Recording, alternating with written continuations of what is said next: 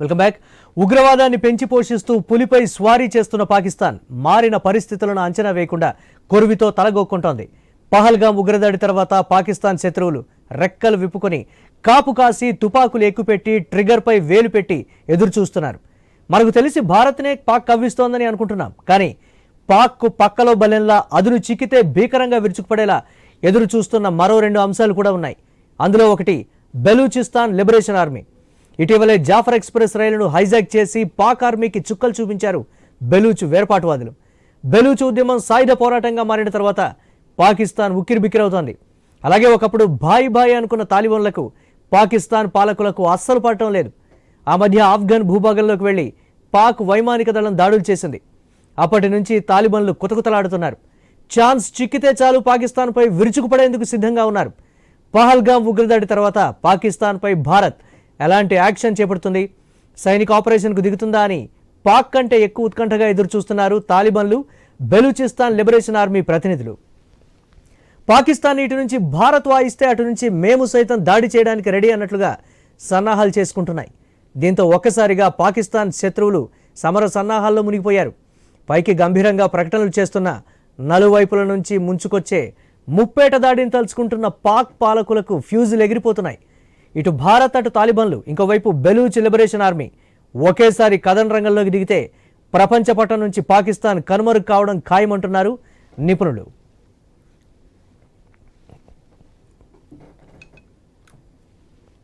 ప్రస్తుత పరిస్థితికి సంబంధించి మరిన్ని అప్డేట్స్ మా ఇన్పుట్ ఎడిటర్ శ్రీకాంత్ లైవ్ ద్వారా అందిస్తారు. Over to you Srikanth. Murali, good afternoon. So మొత్తానికి పాకిస్తాన్ కు ఒకవైపు నుంచి కాదు నలువైపుల నుంచి వాయింపులు స్టార్ట్ అయినాయని చెప్పాలి. సో ఇప్పటికే అన్ని విదేశాంగ రాయబారులతోటి భారత ప్రభుత్వం చర్చలు జరుపుతోంది. పాకిస్తాన్ మీద ఏ క్షణమైనా యుద్ధానికి దిగే అవకాశం ఉంటుందంటూ అందరికీ సంకేతం అయితే ప్రపంచాలకు పంపిస్తోంది. సో ఇప్పటికే రష్యా మీడియా ఒక అడుగు ముందుకేసి భారత్ ఏం చేయబోతుందో చూద్దాం అన్నట్టు ఒక ఉత్కంఠతో ఎదురు చూస్తోంది. సో భారతదేశమే కాదు, అంటే భారతదేశంలో ఉన్నటువంటి ప్రజలే కాదు, ప్రపంచ దేశాలు కూడా భారతదేశం ఎట్లాంటి నిర్ణయం తీసుకోబోతోంది, పాకిస్తాన్ విషయంలో ఏం చేయబోతోంది అన్నటువంటి ఒక ఉత్కంఠ మాత్రం కనిపిస్తుందని చెప్పాలి. సో ఇప్పటికే అంటే భారతదేశంని గెలికి మరీ గొడవ పెట్టుకుంటుంది పాకిస్తాన్, ఒకవైపు రెచ్చగొట్టే చర్యలకు దిగుతోంది. ఇప్పటికే సింధు నది నీళ్లను అడ్డుకుంది. సింధు నది నీళ్లకు సంబంధించి అడ్డుకున్నటువంటి క్రమంలో అక్కడ కొంతమంది పాకిస్తాన్ సంబంధించినటువంటి ఉగ్రవాద ఏర్పాటు అంటే ఉగ్రవాద నాయకులు కూడా మాట్లాడుతున్నారు.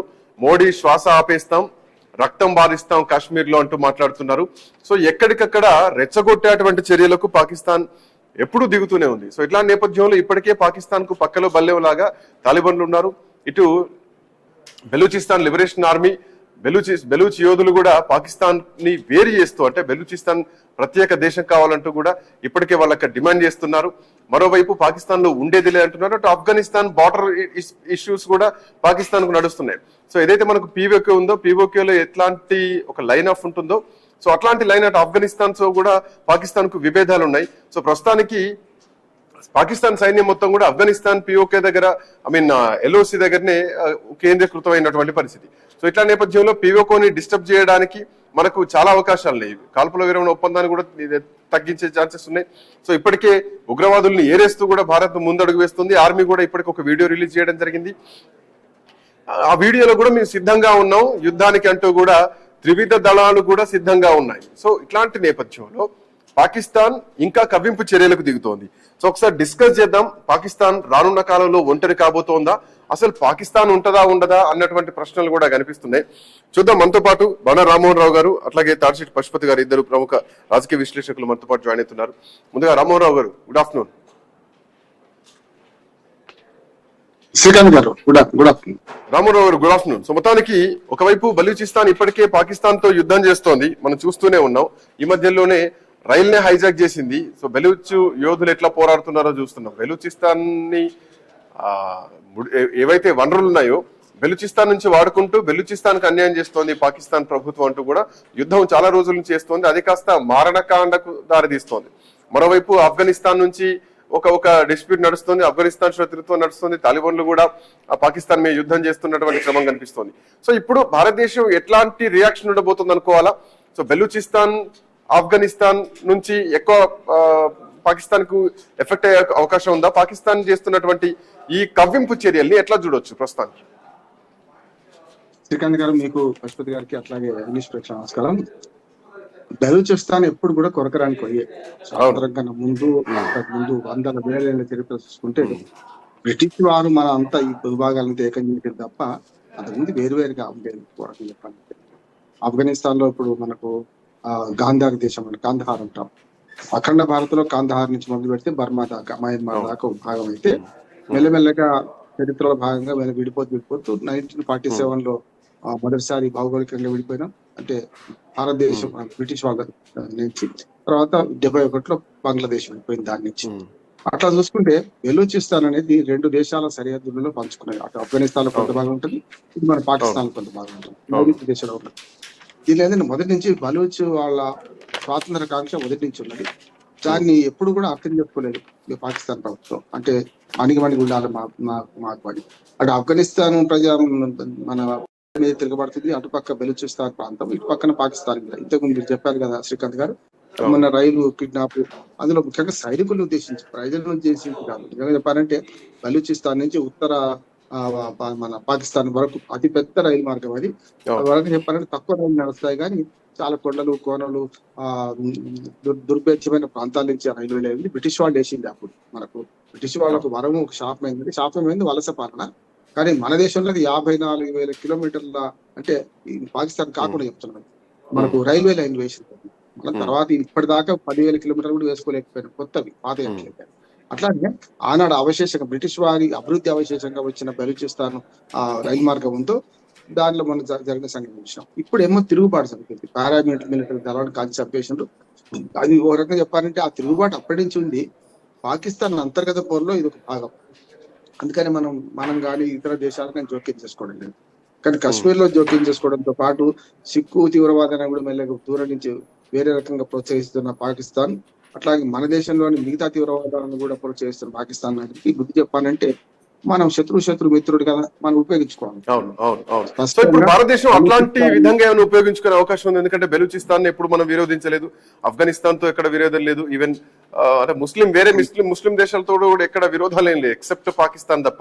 మన సౌదీ అరేబియా పోయినప్పుడు కూడా ఈ యుద్ధానికి వెనకాల సౌదీ అరేబియాతో మిత్రత్వం అవుతుంది, సౌదీ అరేబియా కూడా పాకిస్తాన్ ను వ్యతిరేకించింది. ఇవన్నీ కూడా మనం చూస్తూనే ఉన్నాం. సో ఇంకోవైపు అటు ఇప్పటికే పాకిస్తాన్ లో రాజకీయంగా ఒక కుదుపు నడుస్తోంది. ఇమ్రాన్ ఖాన్ వర్సెస్ పాకిస్తాన్ గవర్నమెంట్ అన్నట్టుగా నడుస్తోంది. ఇమ్రాన్ ఖాన్ అరెస్ట్ చేసిన తర్వాత ఆయన ఎంపీలు 30 మంది వరకు కూడా మళ్ళీ ఈ ప్రభుత్వంలో చేరినటువంటి పరిస్థితి. సార్ బలవంతంగా చేరారా, ఎట్లా చేరారా, అట్లా ఉంటే పాకిస్తాన్ లో ఇప్పటికే పొలిటికల్ ఒక క్రైటీరియా నడుస్తోంది. ఓవైపు ఆర్థికంగా దివాలా తీసింది. సింపుల్ గా చెప్పాలంటే బిచ్చం ఎత్తుకునేటువంటి పరిస్థితుల్లో పాకిస్తాన్ ఉండి అటు బెలూచిస్తాన్ తో యుద్ధం నడుస్తుంది, ఇటు ఆఫ్ఘనిస్తాన్ తో యుద్ధం నడుస్తుంది. టీడీపీ అయితే పాకిస్తాన్ ఆర్మీకి సంబంధించిన వాళ్ళ ఆర్మీ మీద దాడులే చేసింది, కొన్ని కిడ్నాప్లు కూడా చేసింది. బట్ ఇప్పుడు భారతదేశం శత్రువుని ముందేసి ఏమైనా అట్లాంటి ప్రయోగాలు చేసే అవకాశం, అట్లాంటి వ్యూహాలు ఏమైనా ఉంటాయా? శత్రువులు ఎగదోసే విధంగా మనం నేరుగా ఫైట్ చేయాల్సినటువంటి అవసరం ఉందా పాకిస్తాన్ తో? బలూచిస్తాన్ దేశం కాదు, పాకిస్తాన్ అంతర్భాగం. మనం గుర్తించడం కానీ దాన్ని మట్టి ఇవ్వడం కానీ ఉండదు. కాకపోతే వాళ్ళ ఆకాంక్షలను ఆశకొని మనం పాకిస్తాన్ మీద వాడు యుద్ధం ప్రకటిస్తున్నారు కనుక ఆఫ్ఘనిస్తాన్ లో కూడా కొంత భాగం ఉంది కదా బెలూచిస్తాన్. మరి ఆఫ్ఘనిస్తాన్ తో కూడా మనం సంబంధాలు కలిగి ఉండాలి కదా. ఇప్పుడు అది పెద్ద తీవ్రవాద దేశం, రష్యా చేతులు కాల్చుకుంది, అమెరికా చేతులు కాల్చుకుంది, మనం కూడా కొంత సహాయం చేసినాం. అపకారికి ఉపకారం అన్నట్టు ఎన్ని తీవ్రవాద చర్యలు చేసినా కూడా మనం కూడా సహాయం చేసినాం. పాకిస్తాన్ కంటే ఎక్కువ ద్రోహం అయితే మనకు ఆఫ్ఘనిస్తాన్ చేయలేదు. అంటే మనం కనుక ఒక్క నిమిషం రామోహన్ గారు వస్తాను, మీ దగ్గరకు వస్తాను, ఒక్క నిమిషాలు. Welcome back. మొత్తానికి పాకిస్తాన్ కు పక్కలో బల్లెం లాగా అటు బెలూచిస్తాన్ ఇటు ఆఫ్ఘనిస్తాన్ రెండూ ఉన్నాయి, యుద్ధమే నడుస్తోంది రెండింటి మధ్యలో. సో ఇప్పటికే బెలూచిస్తాన్ తిరుగుబాటు చేస్తోంది, పాకిస్తాన్ తో కలిసి ఉండేది లేదంటూ. అటు ఆఫ్ఘనిస్తాన్ తో డిస్ప్యూట్స్ నడుస్తూనే ఉన్నాయి, ఇంకా బార్డర్ పంచాయతీ నడుస్తూనే ఉంది. సో ఇప్పటికే ఆఫ్ఘనిస్తాన్ తాలిబాన్ తిరిగి పాకిస్తాన్ చేయించుకున్న తర్వాత టీటీపీ అక్కడ మళ్ళీ బలపడింది. టీటీపీ కూడా పాకిస్తాన్ ఆర్మీ పైన దాడులు ఎప్పటికప్పుడు చేస్తూనే ఉంది. సో ఇట్లా నేపథ్యంలో పాకిస్తాన్ పోయి భారత్ తో పెట్టుకుంది. భారత్ ను రెచ్చగొడుతూ కవ్వింపు చర్యలకు దిగితే పాకిస్తాన్ కు మొత్తం నీటి చుక్క లేకుండా భారతదేశం ఇప్పటికే ఆర్పేసింది. సో మనం నీళ్ళు ఇస్తే వాళ్ళు మనకు రక్తం ఇస్తారా అన్నది ఇప్పుడు దేశం మొత్తం నడుస్తున్నటువంటి ఒక స్లోగన్. సో దీనికి సంబంధించే చర్చ నడుస్తోంది. రైట్, రామ్మోహన్ రావు గారు ప్లీజ్ కంటిన్యూ. అంటే మనం ఒక మాట ఎప్పుడు ఏమైందంటే మన ప్రజలను రెచ్చగొట్టుతున్నాం మనమే అనుకుంటున్నాం. ఉమ్, ఒక్క చుక్క కూడా పోకుండా నీళ్ళు ఆపినామని ఏం ఆపలేము కూడా అంటున్నాను. ఒక థ్రెడ్ మనం చెప్పేది రేపు పొద్దున ఒకవేళ నిజంగానే సింధు నది జలాలు ఆపాలని అనుకుంటే లక్షల కోట్లు ఖర్చు పెట్టినా మనం ఆపుకోలేము, అవి వినియోగించుకోలేము. ఒక థ్రెడ్ ఈ ట్రీటీని మన ఒప్పందాన్ని గౌరవిస్తలేము. గతంలో చేసిన ఒప్పందాన్ని రద్దు చేసే అవకాశం లేదు శ్రీకాంత్ గారు. దాన్ని గౌరవించమంటున్నాం అంతే. దానికే వాళ్ళు అవును. నెత్తులు పారిస్తాం తినా అంటున్నారు. అది మనము డిఫెన్స్ లో పోతున్నాం, వాళ్ళు అఫెన్స్ లో పోతున్నారు, వాళ్ళు నష్టపోతారు. ఇప్పుడు ఏమైందంటే సూర్యుడి మీద ఉమ్మేస్తే మన మీద వాళ్ళ మీద పడ్డట్టు వాళ్ళు మనకంటే అఫెన్స్ లో పోతున్నారు, మనమే డిఫెన్స్ లో పోతుంటే వాళ్ళు అఫెన్స్ లో పోతున్నారు. ఒకటి బలూచిస్తాన్ దాన్ని వాడుకోవచ్చు కానీ మనం గుర్తించారు. ఉదాహరణకు బంగ్లాదేశ్ ఆవిర్భావం తర్వాత మొట్టమొదటి గుర్తింది మన భారత ప్రభుత్వం. ఎందుకంటే బంగ్లాదేశ్ ఆవిర్భావం కారణమైంది, గుర్తించడం. తర్వాతనే చాలా దేశాలు గుర్తించినాయి. ఇప్పటికి కూడా అమెరికా లాంటి దేశం నాటకం ఆడుతుంది. వాళ్ళు ట్రంప్ ఏం మాట్లాడి చూసింది కదా. మనము ఇప్పుడు పాలపొంగులాగా వచ్చిన దీన్ని మనం ఈ ఆవేశాన్ని మనం ఎట్లా ఒడిసి పట్టుకోవాలని చూడాలి తప్ప ఆ పాలపొంగుని పెంచితే పాలు మొత్తం స్టవ్ మీద పడిపోతాయి, మంటలో పడిపోతాయి. నేను స్పష్టంగా చెప్తున్నాను, ఇవాళ 70-80 దేశాలు మనకు మద్దతు ప్రకటించిన దానిలో ఆ పక్కన ఉంటావా నాకన్నా ఈ పక్కన ఉంటావా అంటే అమెరికా లాంటి దేశమే మళ్ళీ అవకాశవాద రాజకీయాలు తెరదీసింది. జో బైడెన్ న్యాయం కంటే ట్రంప్ కంటే జో బైడెన్ అత్యంత తీవ్రవాద దేశం పాకిస్తాన్ అని ప్రకటించిండు గతంలోనే. అనుభవం చూస్తే 2 వ్యాసాలు రాసిన ఆయన మీద. ఏంటంటే మీ చేతులు కాల్చుకున్నాక కదా, ఆఫ్ఘనిస్తాన్ చేతులు కాల్చుకున్నాక పాకిస్తాన్ ఉద్దేశం తెలిసింది మీకు. కానీ ఇప్పటికి మీరు అన్నది ఆఫ్ఘనిస్తాన్ కూడా పాకిస్తాన్ ఉద్దేశం తెలిసింది. అది తీవ్రవాద దేశంగా ఉంచుకుంటూ దాన్ని అట్లా పైన కవర్ చేసి వీళ్ళు ఉగ్రవాద దేశంలో అదే పాకిస్తాన్ లో ఆశ్రయం ఇచ్చి నాశనం అయింది కదా. ఇప్పుడు ఏమైంది, పాకిస్తాన్ ప్రజలే చంపుకుంటున్నారు. బెలూచిస్తాన్ అందులో భాగమే కనుక వాళ్ళే చంపుతున్నారు కదా. బెలూచిస్తాన్ ఒక ఆకాంక్ష, 100 సంవత్సరాల కింద 1000 సంవత్సరాల నాటి అస్థిత్వ పోరాటం వాళ్ళది. అటు ఆఫ్ఘనిస్తాన్ లో కొంత భాగం, పాకిస్తాన్ లో కొంత భాగం. ముఖ్యంగా 44% పైగా 44-45% పైగా పాకిస్తాన్ భూభాగం ఇవాళ బెలూచిస్తాన్ గా పరిగణించబడుతుంది. వాటికి 5 డివిజన్లు ఉన్నాయి, వాళ్ళ ప్రభుత్వ వ్యవహారాలు వేరుగా ఉన్నాయి. పాకిస్తాన్ సెంట్రల్ గవర్నమెంట్ కూడా ఓ రకంగా చెప్పారంటే సమాఖ్య స్ఫూర్తిని కాపాడుతూ అక్కడి ముఖ్యమంత్రి సలహా మేరకే, పాలకుడి సలహా మేరకే గవర్నర్ వీళ్ళు నియమిస్తుంటారు. కాకపోతే వాళ్ళ పార్టీ వాళ్ళకు ఉంటుంది. అంతేందుకు ఆ పార్టీ అట్లా పక్కన పెడితే పార్లమెంటరీ ప్రజాస్వామ్యాన్ని ఆచరించే పార్టీలు పక్కన పెడితే శ్రీకాంత్ 2 విషయాలు చెప్తాను నేను. ఒకటేమో అక్కడ బిఏరియా ఉంటుంది కదా, బెలూచిస్తాన్ లిబరేషన్ ఆర్మీ, అదే తీవ్రవాదం చెప్తున్నారు. అది కూడా తీవ్రవాద సంస్థే. మనము ఒక తీవ్రవాదాన్ని అణచడానికి ఇంకో తీవ్రవాదాన్ని ఆశ్రయిస్తే మనకు కూడా నష్టమవుతుంది. అది వట్టిదేం కాదు, మనం చాలా జాగ్రత్తగా ఆలోచన చేయాలి. బిఏరియా తీవ్రవాద సంస్థ. ఇప్పుడు మన పోయి పెనం మీద మంటలు పడదామా, పెనం మీద ఉందామా ఆలోచించాలి మనం. కానీ అదొక అవకాశం అంట, ఒక మంచి అవకాశం. బెలూచిస్తాన్ వాళ్ళ హక్కుల కోసం పోరాడుతున్న దానిలో ఒక అవకాశం. కానీ వాళ్ళ అంతర్గత వ్యవహారంలో మనం జోక్యం చేసుకున్నాం. మన సంగతి మన ఫస్ట్ చూద్దాం. మనం పాక్ ఆక్రమిత కాశ్మీర్ వైపు పోతే ఎవడే వద్దాను. కానీ ఇప్పుడు వాళ్ళకి మద్దతు ఇచ్చి మనం ఏం చేయలేం కూడా. మన పక్కన సరిహద్దులు లేదు. ఒక్క నిమిషం, ఒక్క మాట చెప్పేసి, బెలూచిస్తాన్ భౌగోళికంగా మన సరిహద్దులు లేదది. మన పాకిస్తాన్ దాటి వెళ్ళిపోతుంది. పాకిస్తాన్ లో భాగంగా సింధు నదిని దాటి కొట్టాల్సి ఉంటుంది. అంత అవసరం లేదు, అంత సీన్ కూడా లేదు మనకు. మనం చేయాల్సిన పని పాకిస్తాన్ ఆక్యుపైడ్ కాశ్మీర్ ను ఏం చేసినా తప్పు లేదు, ఎందుకంటే ఉన్నదే కనుక అక్కడి వరకు పరిమితమైదాం. ఆ తర్వాత వస్తే వాళ్ళని చూద్దాం. రైట్, ఒక్క నిమిషం. పశుపతి గారు కూడా మనతో పాటు ఉన్నారు, విశ్లేషకులు. పశుపతి గారు నమస్తే. నమస్తే. నమస్తే. ఇప్పటికే పాకిస్తాన్ ప్రధాని ఒక్కొక్క మాట అన్నారు, కాశ్మీరు మాలో భాగం అంటూ మాట్లాడుతున్నటువంటి పరిస్థితి. పాకిస్తాన్ ని మేము వేరు చేసి చూసుకోలేము, కాశ్మీర్ ని మేము వేరు చేసి చూడలేము. సో కాశ్మీరు మా దాంట్లో భాగం, మా ఒంట్లో నరం లాంటిది అంటూ పాకిస్తాన్ ఆర్మీ చీఫ్ చేయడం, పాకిస్తాన్ ప్రధాని కాశ్మీర్ కి సంబంధించి మా భాగం, మా అంతర్భాగం అని చెప్పి మాట్లాడుతున్నారు. సో ఇంకా రెచ్చగొట్టేటువంటి వ్యాఖ్యలే పాకిస్తాన్ కాశ్మీర్ విషయంలో చేస్తున్నారు, మనం చూస్తున్నాం. బట్ ఇప్పుడు పాకిస్తాన్ కు ఒక భారతదేశంతో కాదు, అటు ఆఫ్ఘనిస్తాన్ తో, ఇటు బెలూచిస్తాన్ తో యుద్ధం నడుస్తోంది. ఇప్పటికే బెలూచిస్తాన్ ఒక అడుగు ముందుకేసి హైజాక్లు చేస్తోంది. అటు ఆఫ్ఘనిస్తాన్ సంబంధించిన టీటీపీ పాకిస్తాన్ ఆర్మీ పైన కూడా దాడులు చేస్తోంది. తెహ్రీక్ తాలిబాన్ పాకిస్తాన్ ఏదైతే ఉందో, సో ఒక యుద్ధం ఆల్రెడీ నడుస్తున్నటువంటి క్రమంలో పాకిస్తాన్ తల గోక్కుంటోందా కొరిమితో? సో ఎట్లా చూడాలి? భారత్ రియాక్షన్ పాకిస్తాన్ ఎక్స్పెక్ట్ చేస్తున్నట్టు ఉంటుందనుకోవాలా? ఇప్పటికే ప్రపంచ దేశాలు కూడా భారత్ ఏం చేయబోతోంది అని చెప్పేసి చాలా నిశ్చితంగా పరిశీలిస్తోంది. సో ఎట్లా ఉండబోచ్చు? ముందుగా ఐ న్యూస్ వీక్షకులకు, ప్యానల్ మిత్రులు మీకు గుడ్ ఆఫ్టర్నూన్. అదేవిధంగా పహల్గాం ఘటనలో అసూలు బాసిన వారందరికీ కూడా ప్రగాఢమైనటువంటి సానుభూతి, సంతాపం తెలియజేస్తున్నాం. ప్రధానంగా భారతదేశం గురించి ఆలోచించినప్పుడు మన భారతదేశం మీరు చాలా ప్రస్ఫుటంగా ఆలోచించాలి. భారతదేశంలో ఉన్నటువంటి వాళ్ళు ఏ దేశంలో కూడా ఉగ్రవాద సంస్థల్ని అక్కడ పెంచి పోషించలేదు. ఈ దేశం నుండి మీరు పక్క రాష్ట్రంలో శ్రీలంకలను దాడులు చేయండినో, పాకిస్తాన్ లో దాడులు చేయమనో, పక్క దేశాల్లో ఉన్నటువంటి చరిత్ర మీకు ఈ భారతదేశం స్వతంత్ర భారతదేశంలో 75 సంవత్సరాల సుదీర్ఘమైనటువంటి చరిత్రలో భారతదేశ సంస్కృతి అది కాదు, భారతదేశం యొక్క ఆలోచన విధానం కాదు. భారతదేశం ఎప్పుడు కూడా ఏ విధమైనటువంటి ఈ ఉగ్రవాద సంస్థలకు ఊతమిచ్చి పెంపొందించాలనేటువంటి ఆకాంక్షతో ఏ రోజు కూడా లేదు, అది ఏ ప్రభుత్వాలైనా. అయితే ఈ దేశం కోసం, ఈ దేశ సార్వభౌమాధికారం కోసం, ఈ దేశం యొక్క హక్కుల కోసం గత ప్రభుత్వాలు కొన్ని తూట్లు పడిచిన మాట వాస్తవం. అది వాళ్ళు ఏదేదో రీజన్ చెప్తారు. అంటే ఈ దేశం విడిపోయినప్పుడు జరిగినటువంటి పరిస్థితులు వేరు, ఆ తర్వాత మన భారతదేశం పక్క దేశం పాకిస్తాన్ కు యుద్ధం జరిగినటువంటి పరిస్థితుల్లో కూడా కొంత సడలింపు, కొంత ఉదారమైనటువంటి భావనను కల్పించినటువంటి మాట వాస్తవం. అయితే ఇప్పుడు మీరు భారతదేశం ప్రపంచ దేశాల్లో ఎన్నో దేశాలతోని సఖ్యత, సమయస్ఫూర్తితోని ముందుకు వెళ్తున్నటువంటి స్నేహపూర్వకమైనటువంటి అంబియన్స్ ను క్రియేట్ చేసింది భారతదేశం. ఇవాళ ప్రధానమంత్రి నరేంద్ర మోడీ గారు కావచ్చు, లేకపోతే విదేశీ విధానంలో భాగంగా అనుకోవచ్చు. అయితే మీకు ముస్లిం దేశాలతోని, అరబ్ కంట్రీస్ తోని కూడా మనకు ఎక్కడ కూడా ఎక్సెప్ట్ పాకిస్తాన్, మనకి ఎక్కడ కూడా అరబ్ దేశాలను, ముస్లింలను మన భారతదేశం ఎప్పుడు కూడా ముస్లిం దేశాలను, ముస్లింలను వేరుగా చూడట్లేదు. అదే విధంగా మీరు సౌదీ తీసుకోండి, లేకపోతే ఇంకా వేరే దేశాలకు వెళ్ళండి, ఇజ్రాయెల్ తీసుకోండి, ఎక్కడ కూడా వాళ్ళని స్నేహపూర్వకమైనటువంటి వాతావరణం ఉంది. వారికి కావాల్సినటువంటి అంటే విదేశీ విధానాన్ని కూడా బలోపేతం చేసుకొని వెళ్తున్నారు తప్ప ఎక్కడ కూడా వాళ్ళకు మనకు డిస్ప్యూట్ అయిపోయి మొన్నటి వరకు ఉన్నటువంటి ఆర్థిక లావాదేవీలు కావచ్చు, విదేశీ విధానం కావచ్చు, దౌత్యపరంగా కానీ మనకి ఎక్కడ కూడా డిస్ప్యూట్ జరగలేదండి.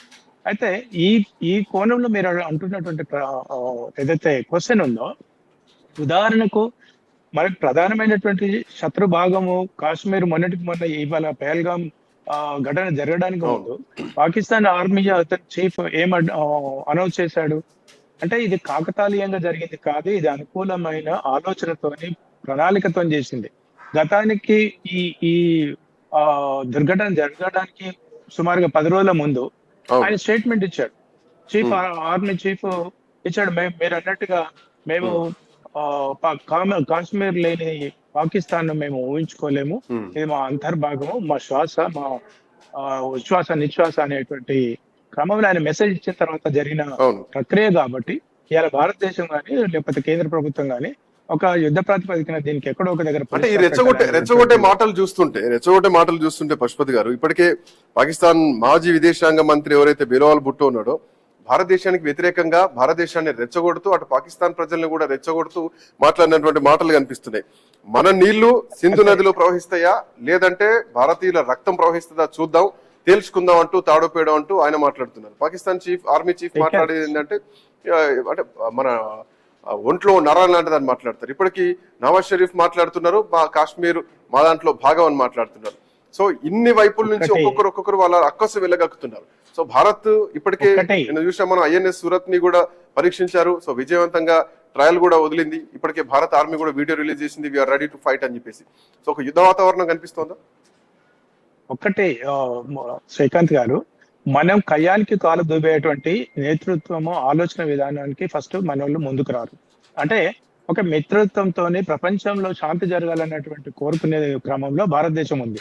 దాన్ని వీళ్ళేదో ఆసరగా తీసుకొని వీళ్ళు మొండిగా అంటే ప్రవర్తించరు, లేకపోతే ఎటువంటి దాడులు చేసినా చేతులకు ఏదో బేడీలు వేసుకొని కూర్చుంటారు అనేటువంటి దురాలోచనతో పాకిస్తాన్ ఉంది. అది వారు ఫస్ట్ ఆలోచన విధానాన్ని మార్చుకోవాలి. అయితే ఇప్పుడు మీరు అంటున్నారు పాకిస్తాన్ లో ఉన్నటువంటి కొంతమంది నాయకులు వాళ్ళ విశ్వాసం పెంపొందించడం కోసం, లేకపోతే కొన్ని వర్గాల యొక్క అభిప్రాయాన్ని వాళ్ళు చూరగొనడం కోసం భారత్, ఎందుకంటే భారతదేశానికి వ్యతిరేకంగా కొన్ని సంస్థలు, కొన్ని శక్తులు, కొంతమంది ఉంటారు కాబట్టి వాళ్ళ అభిప్రాయాన్ని, వాళ్ళ అభిరుచిని వాళ్ళకి అర్థం పట్టే విధంగా వీళ్ళు మాట్లాడుతున్నారు తప్ప నిజంగా వాడికి దమ్ము, ధైర్యం, ఆలోచన ఉండి చేసేటువంటి, ఇప్పుడు రామ్మోహన్ గారు అన్నట్టుగా వాళ్ళ నుండి ఏది కాదు.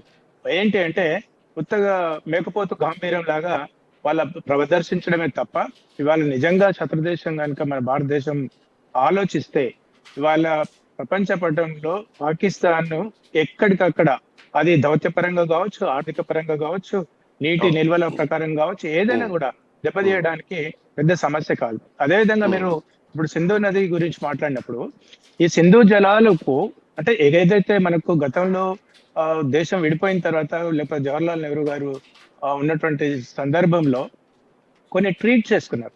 అది ఏంటి అంటే ఇవాళ సింధు జలాలను రామన్ గారు అన్నట్టుగా నేను ఏకీభవిస్తాను. ఎందుకంటే 100% ఆ నీటిని మనం కట్టడి చేయలేము ఇప్పుడు.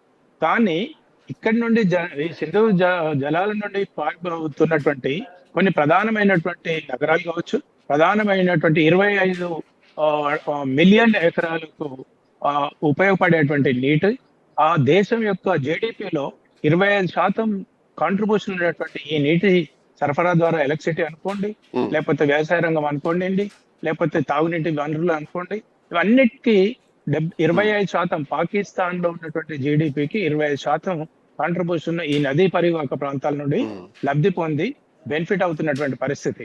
అయితే మనకి ఇప్పటికి ఉన్నటువంటి వాటిని అంత పెద్ద ఎత్తున వాళ్ళు ఉపయోగించుకోకుండా కొంత స్థాయి వరకు మనం కట్టడి చేయగలుగుతాం. ఇప్పుడు ఫర్ ఎగ్జాంపుల్ గోదావరి నది ఉందనుకోండి, గోదావరి నది పరివాహక ప్రాంతం ఉందనుకోండి, 100 టీఎంసీల నీళ్లు సముద్రంలో పారిపోతే ఒక డ్యామ్ కట్టేస్తే 20 టీఎంసీలో పోతే ఇంకో 80 టీఎంసీలు మనం డ్యామ్స్ కట్టుకొని స్టాక్ చేయగలుగుతాం. అదే కనుక భారత ప్రభుత్వం చేయదలుచుకుంటే ఒకటే నిమిషం అయితే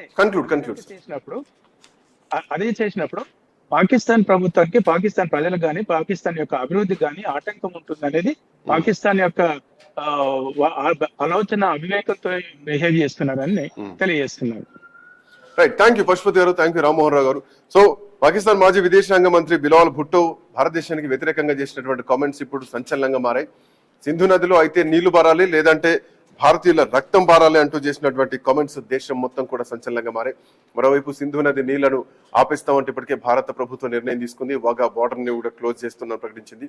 సో దౌత్యవేత్తలను కూడా కుదించడం జరిగింది పాకిస్తాన్ లో గానీ, ఇటు భారత్ లో గానీ. సో ఇట్లాంటి నేపథ్యంలో ఇప్పటికే విదేశాంగ రాయబారులు అందరితో కూడా భారత ప్రభుత్వం చర్చలు జరుపుతోంది. ఏ క్షణమైనా ఏమైనా జరగవచ్చు. సో మరోవైపు ఇప్పటికే లిబరేషన్ ఆర్మీ కూడా పుంజుకుంటోంది, పాకిస్తాన్ పైన ఇంకా ఒత్తిడి తెస్తోంది, ఆఫ్ఘనిస్తాన్ కూడా అంతే తీవ్ర స్థాయిలో ఒత్తిడి తెస్తున్నటువంటి క్రమం కూడా కనిపిస్తుంది. సో ఏదేమైనా కానీ పాకిస్తాన్ కు నలువైపుల నుంచి అటాక్స్ మాత్రం తప్పడం లేదు. So that's all for now. Next updates చూద్దాం.